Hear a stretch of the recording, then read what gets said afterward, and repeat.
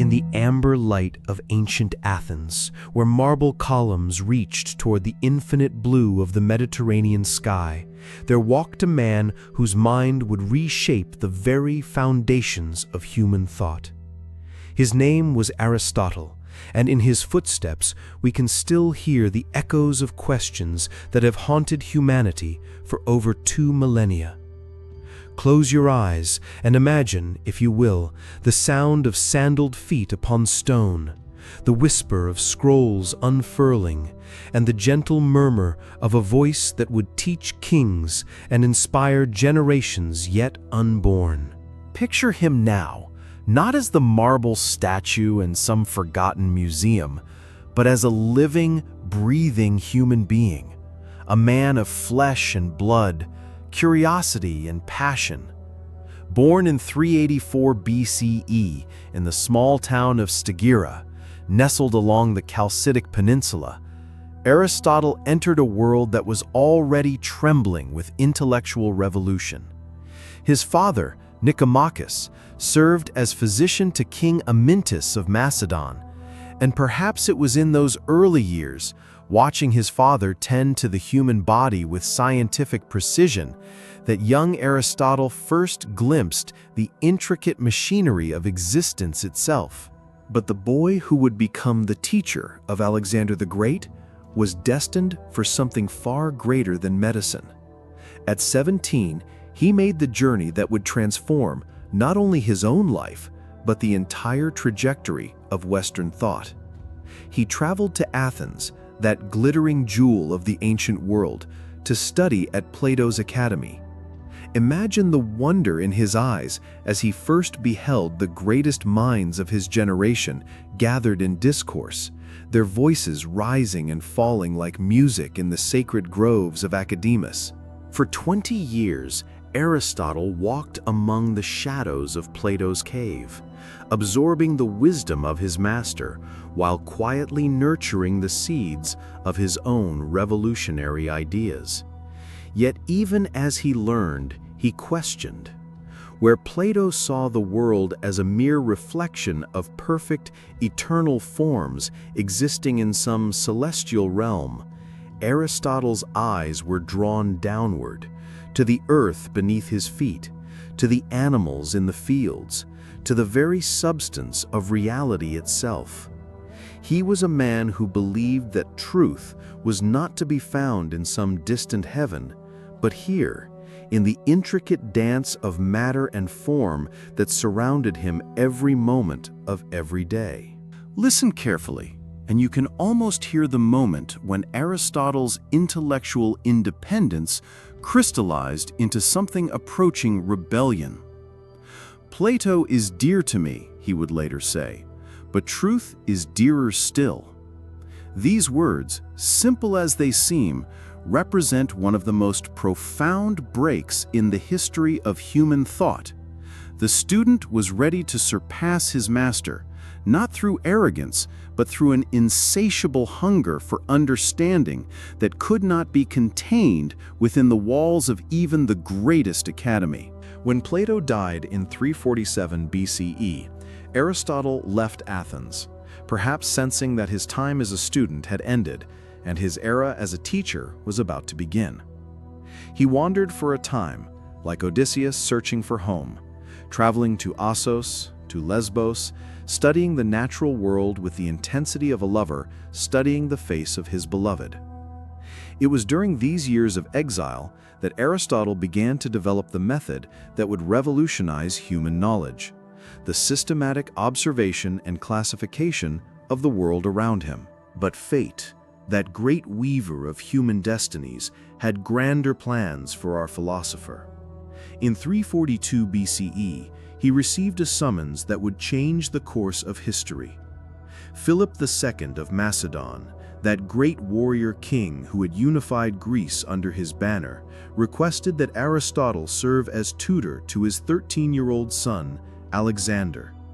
Imagine the meeting between these two titans, the philosopher whose mind could encompass the entire cosmos, and the boy who would one day conquer most of the known world. For 3 years, Aristotle shaped the mind that would create one of the greatest empires in human history. What conversations passed between them? What seeds of wisdom did the philosopher plant in the fertile soil of that young, ambitious mind? We can only speculate, but we know that when Alexander rode forth to conquer the world, he carried with him not only the sword of his father, but the intellectual tools forged in the workshop of Aristotle's teaching. Yet Aristotle's greatest conquest was not of kingdoms, but of ignorance itself. In 335 BCE, he returned to Athens, now not as a student, but as a master in his own right. He established the Lyceum, a school that would become the rival of Plato's Academy. But where the Academy was devoted to mathematics and the contemplation of eternal truths, the Lyceum was a place of walking and talking, of peripatetic philosophy, from the Greek word peripatetikos, meaning walking around. Picture Aristotle and his students strolling through the covered walkways of the Lyceum, their conversations weaving together like threads in some vast intellectual tapestry. Here, in these sacred halls of learning, Aristotle began the monumental task of organizing all human knowledge. Like a cartographer mapping unknown territories, he divided the realm of learning into distinct provinces: logic, physics, biology, ethics, politics, poetics, and metaphysics.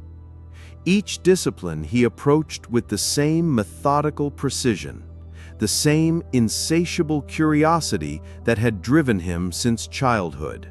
But what was the driving force behind this extraordinary mind? What inner fire burned so brightly that it could illuminate the darkness of human ignorance for over 2,000 years? The answer lies in Aristotle's fundamental belief that wonder is the beginning of all philosophy. All men by nature desire to know, he wrote, and in those simple words, he captured the essence of what makes us human. We are not content merely to exist. We must understand. We are not satisfied with shadows on the wall. We must turn toward the light. Aristotle's first great gift to humanity was the science of reasoning itself, logic. Before Aristotle, human thought was like a wild river, sometimes flowing toward truth, sometimes meandering into error.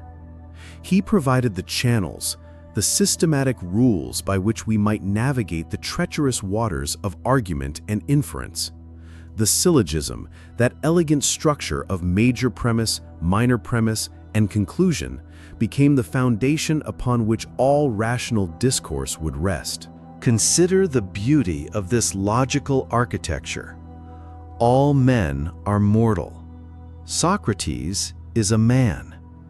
Therefore, Socrates is mortal. In this simple pattern, Aristotle revealed the hidden geometry of thought itself. He showed us that reasoning was not mere opinion or clever rhetoric, but a precise tool that could be sharpened and wielded with scientific accuracy. Today, every computer algorithm, every legal argument, every scientific hypothesis echoes with the logical principles that Aristotle first articulated in the cool shadows of the Lyceum. But Aristotle was not content to map only the landscape of pure thought.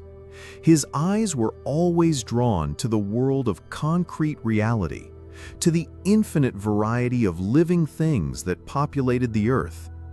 He became perhaps history's first true biologist, dissecting and classifying hundreds of species with the patience of a master craftsman.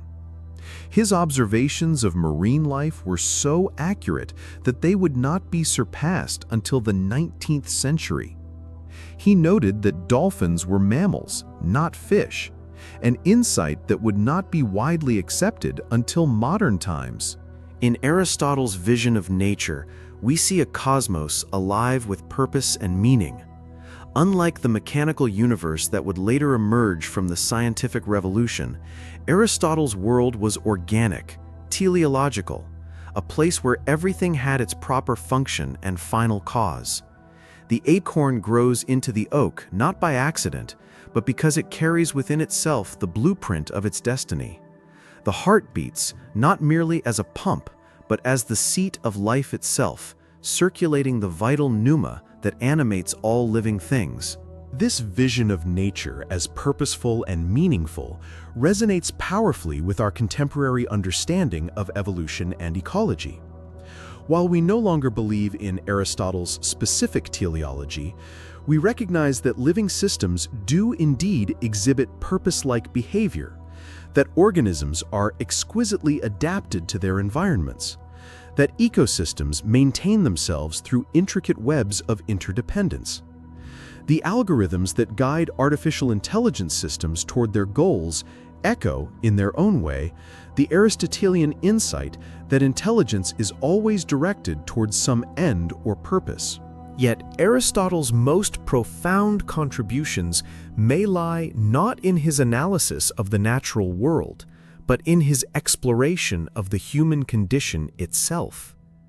In his great work, The Nicomachean Ethics, he posed the question that has haunted philosophy ever since: what does it mean to live a good life?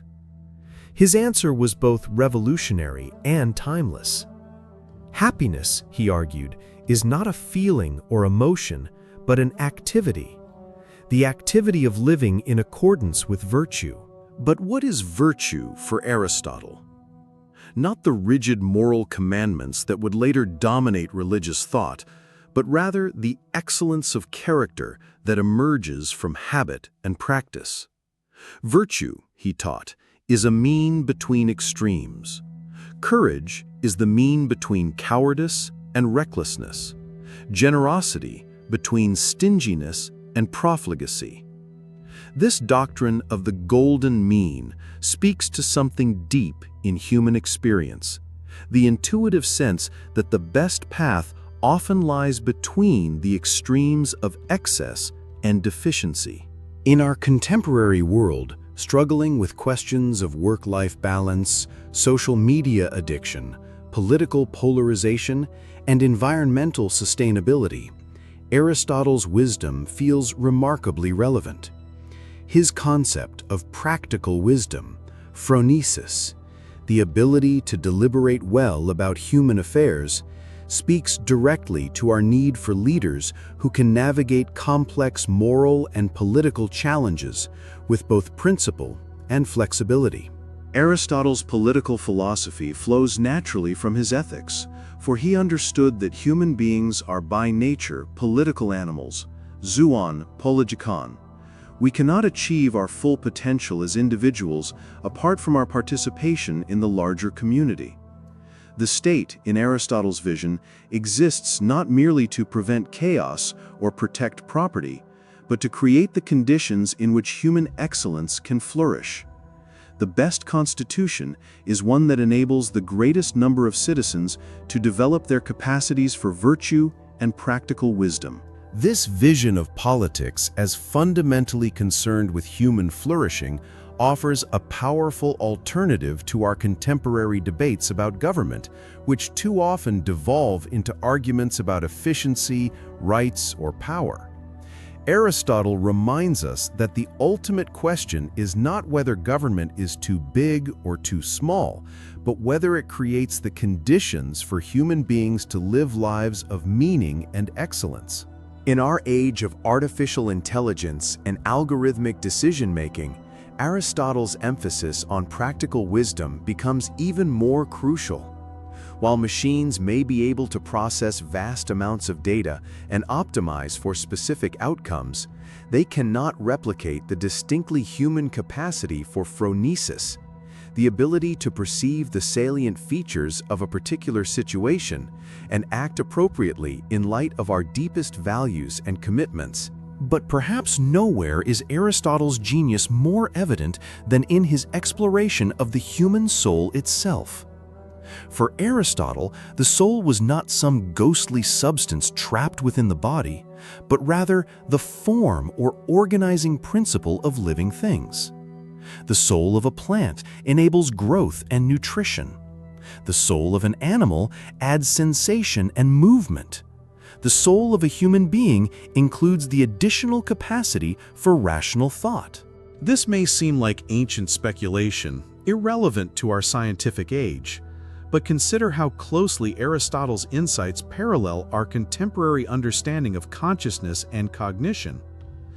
Neuroscientists today speak of the brain as an information processing system, organized in hierarchical levels from basic life support functions to complex reasoning and self-reflection.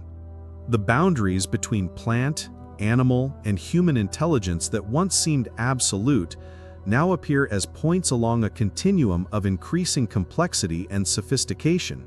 Aristotle's analysis of the rational soul reveals another dimension of his genius.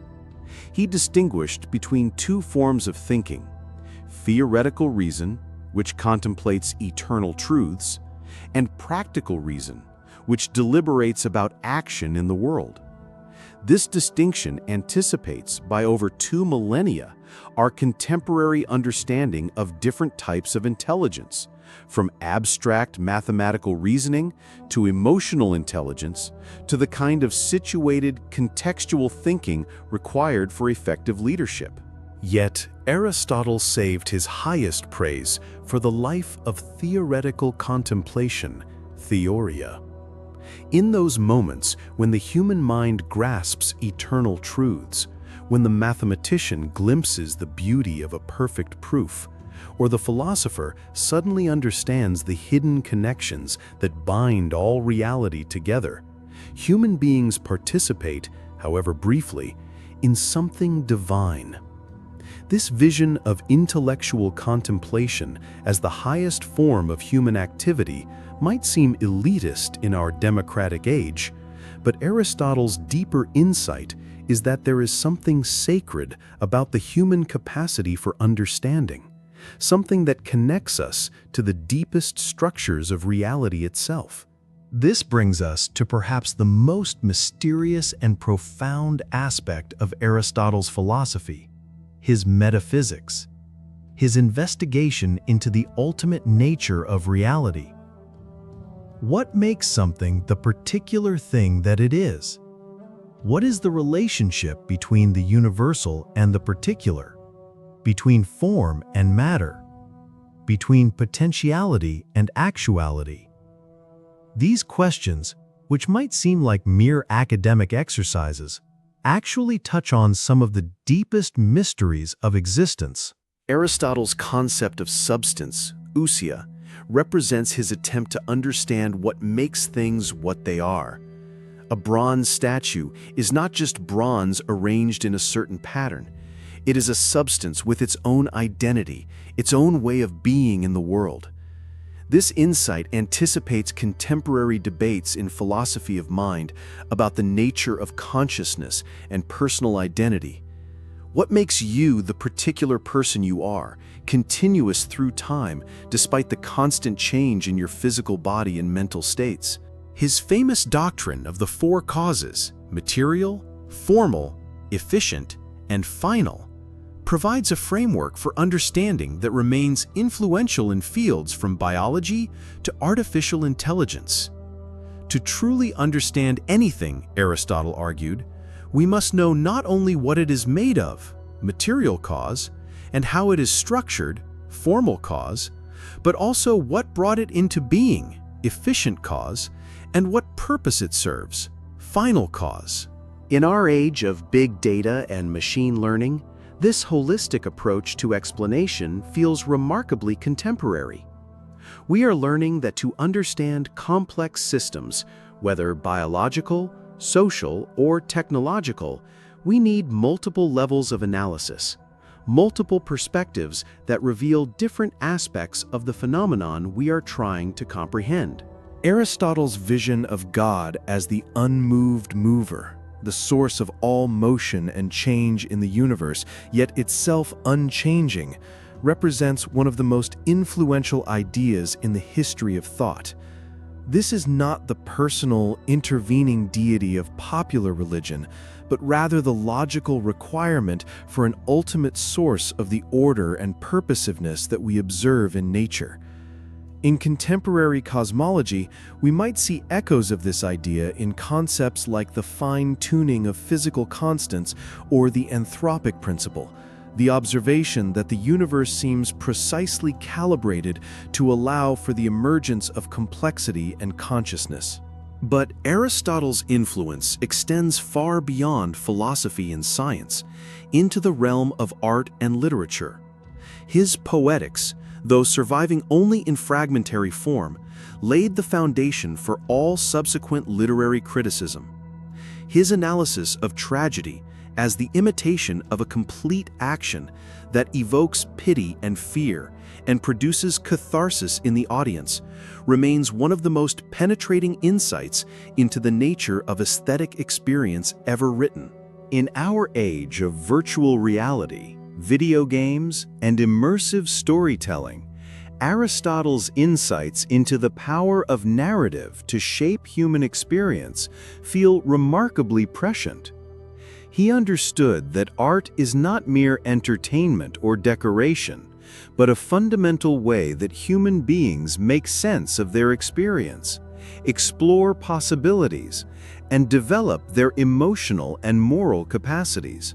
The concept of catharsis, the purification or clarification of emotions through aesthetic experience, speaks to something essential about human nature.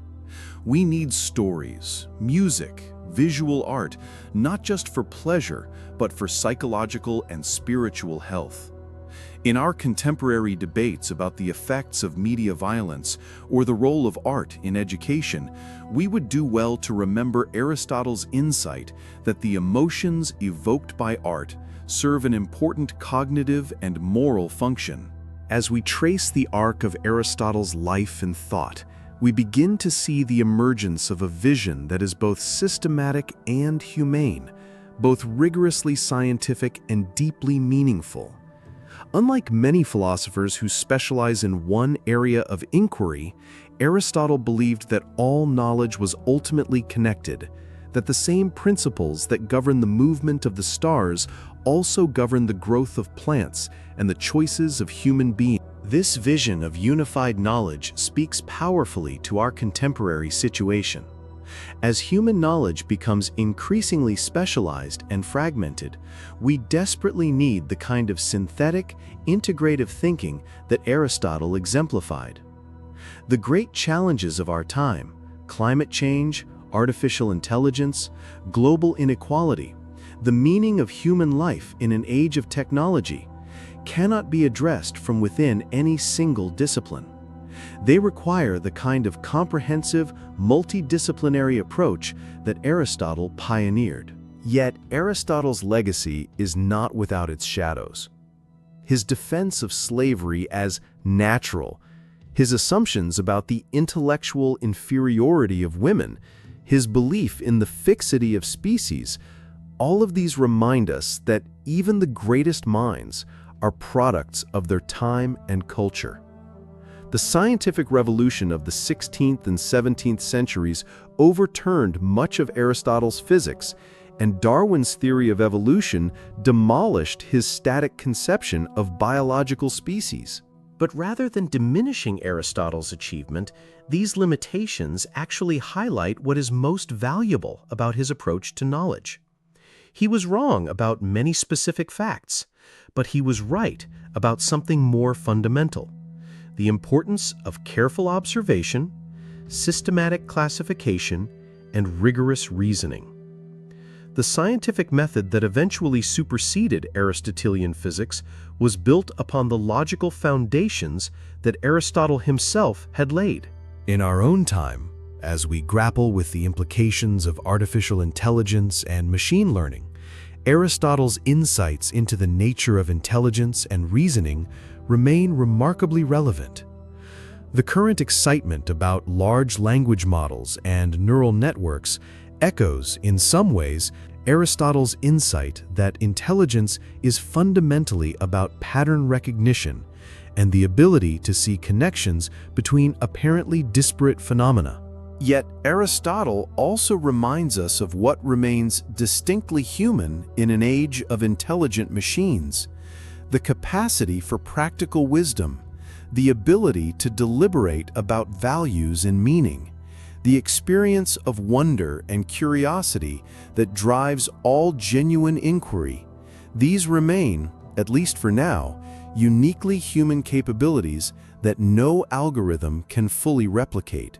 The ethical dimensions of artificial intelligence, questions about autonomy, responsibility, and the proper relationship between human and machine intelligence are precisely the kinds of questions that Aristotle's practical philosophy was designed to address.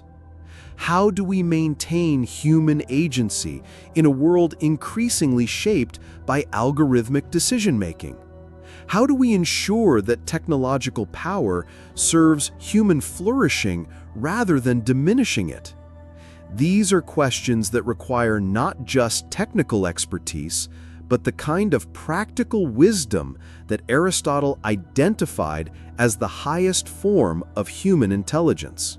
As we stand at the threshold of what may be the most significant transformation in human history, the emergence of artificial general intelligence, we would do well to remember Aristotle's insight that the ultimate goal of all human activity is eudaimonia, often translated as happiness, but perhaps better understood as human flourishing or living well. Technology should serve this end, not replace it. The ecological crisis that confronts our planet also resonates with Aristotelian themes. His vision of nature as an interconnected whole, where every organism has its proper place and function, anticipates our contemporary understanding of ecological systems. While we can no longer accept his specific teleological explanations, we can appreciate his insight that natural systems exhibit purpose-like behavior that emerges from the complex interactions of their components. The concept of the great chain of being that descended from Aristotle through medieval philosophy may seem quaint to modern ears, but it captures something important about the continuity of life and the interconnectedness of all natural phenomena. In our age of climate change and biodiversity loss, we desperately need to recover a sense of our place within the larger community of life, our responsibility as rational animals to use our distinctive capacities in service of the whole. Aristotle's political philosophy also speaks to our contemporary predicament. His analysis of the different forms of government, monarchy, aristocracy, and polity as the good forms, tyranny, oligarchy, and democracy as their corrupted versions, provides a framework for thinking about the health of our political institutions. His insight that politics is fundamentally about character formation, about creating the conditions in which citizens can develop their capacities for virtue and practical wisdom, offers an alternative to the purely procedural or rights-based approaches that dominate contemporary political theory. In our age of polarization and democratic backsliding, we might benefit from Aristotle's emphasis on the importance of a large middle class and the dangers of extreme inequality. His observation that the best constitution is one that balances the interests of different social groups while promoting the common good speaks directly to our contemporary struggles with social cohesion and political legitimacy. The rise of social media and digital communication has created new challenges for the kind of deliberative democracy that Aristotle envisioned. His emphasis on rhetoric as the art of persuasion in the service of truth and justice offers important guidance for navigating our information-saturated environment. The distinction he drew between genuine persuasion based on evidence and reasoning versus manipulation based on emotional appeals remains as relevant today as it was in ancient Athens. As we near the end of our journey through Aristotle's intellectual universe, we must pause to consider what his life and work teach us about the nature of wisdom itself. Aristotle was not content to be merely clever or knowledgeable. He sought to understand the deepest principles that govern reality. His goal was not just to accumulate facts, but to discern the patterns and connections that give those facts meaning. This synthetic, integrative approach to knowledge represents perhaps Aristotle's greatest gift to human civilization. In an age of increasing specialization, when knowledge threatens to fragment into countless separate domains, we need thinkers who can see the forest as well as the trees, who can discern the underlying unity that connects all human understanding. Yet, Aristotle also reminds us that wisdom is not merely theoretical, but practical. The goal of philosophy is not just to understand the world, but to live well within it. This connection between knowledge and virtue, between understanding and action, represents one of the most distinctive features of the Aristotelian tradition. In our contemporary context, this integration of theory and practice takes on new urgency. The great challenges we face, from climate change to artificial intelligence to social inequality, require not just technical solutions, but wisdom about how to live well together on this planet. They require the kind of practical reasoning that Aristotle identified as the highest form of human intelligence. The image of Aristotle walking with his students through the gardens of the Lyceum, their conversations weaving together insights from biology and physics, ethics and politics, logic and aesthetics, provides a powerful model for how we might approach the complex challenges of our own time. Knowledge is not a static possession, but a living activity, a dialogue between mind and world that requires both rigorous analysis and creative synthesis. As the sun began to set on Aristotle's life in 322 BCE, as he faced the political turmoil that followed the death of his former student, Alexander, he might have reflected on the enduring legacy of his intellectual labors. The particular theories he had proposed would be challenged and sometimes overturned, but the method he had pioneered, the systematic investigation of reality guided by reason and experience, would outlive any specific conclusion. His final years were marked by the same political instability that had driven him from Athens decades earlier. Accused of impiety by those who resented his connections to the Macedonian court, he chose exile rather than trial, famously declaring that he would not allow Athens to sin twice against philosophy. He died in Chalcis, far from the city where he had spent the most productive years of his life, yet surrounded by students and disciples who would carry his teachings into the future. But Aristotle's true immortality lies not in the biographical details of his life, but in the enduring power of his ideas. Every time a scientist formulates a hypothesis and tests it against empirical evidence, every time a citizen deliberates about the common good, every time a person seeks to understand their place in the larger scheme of things, they participate in the intellectual tradition that Aristotle helped to establish. In our own age, as we stand on the threshold of discoveries that would have seemed like magic to the ancient world, quantum computers that exploit the strange properties of subatomic particles, genetic engineering that can rewrite the code of life itself, artificial intelligences that can compose poetry and solve mathematical theorems, we might wonder what Aristotle would make of our technological prowess. I suspect he would be fascinated, but not surprised. For Aristotle understood that the human mind, properly disciplined and directed, could penetrate to the deepest secrets of nature. He would recognize in our scientific achievements the flowering of seeds that he himself had planted, the conviction that the world is intelligible, that careful observation and rigorous reasoning can reveal its hidden patterns, that knowledge gained for its own sake is among the highest forms of human activity.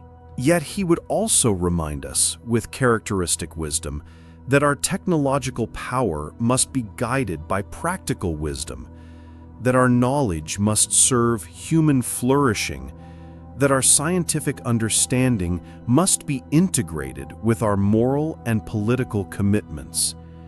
He would warn us against the hubris that believes intelligence can be reduced to mere computation, that human beings can be understood apart from their social and natural contexts, that technical solutions alone can solve the deepest problems of human existence. The voice of Aristotle echoes across the centuries, calling us to wonder, to question, to seek understanding not just of the natural world, but of our own nature and destiny. In every laboratory where scientists pursue truth through careful experimentation, in every courtroom where lawyers construct arguments based on evidence and logic, in every classroom where teachers help students develop their capacities for reasoning and reflection, the spirit of Aristotle lives on. As we face the uncertainties and possibilities of the 21st century, we would do well to remember the example of that curious young man who left his hometown 24 centuries ago to seek wisdom in the great city of Athens. His journey from student to teacher, from disciple to master, from observer of nature to architect of human knowledge, reminds us that the pursuit of understanding is both the most practical and the most noble of human activities. The cosmos that Aristotle contemplated was far smaller than the one revealed by modern astronomy. Yet his fundamental insight remains true. We are part of a universe that is rational and meaningful, a universe that rewards careful observation and patient reasoning with genuine understanding. The questions he asked about the nature of reality, the conditions of human flourishing, and the relationship between knowledge and virtue remain as pressing today as they were in ancient Athens. In the end, Aristotle's greatest achievement may be his demonstration that human reason, properly employed, can bridge the gap between the particular and the universal, between the immediate concerns of daily life and the eternal questions that define our humanity. He showed us that we need not choose between scientific rigor and humanistic wisdom, between careful observation and broad synthesis, between understanding the world and knowing how to live well within it. The footsteps that began in Stagira so long ago continue to echo through the corridors of universities and research institutes, through the halls of government and the forums of public debate, wherever human beings gather to seek truth and pursue wisdom. The conversation that Aristotle began with his students in the gardens of the Lyceum continues today, and we are all invited to participate in its ongoing unfolding. Listen carefully, and you can still hear his voice, patient and persistent, asking the questions that matter most. What can we know? How should we live? What does it mean to be human in a cosmos that is both vast and intimate, both mysterious and knowable? These are the questions that Aristotle bequeathed to us, and they remain as vital and urgent today as they were when he first posed them in the amber light of ancient Athens, where philosophy was born and wonder first learned to speak.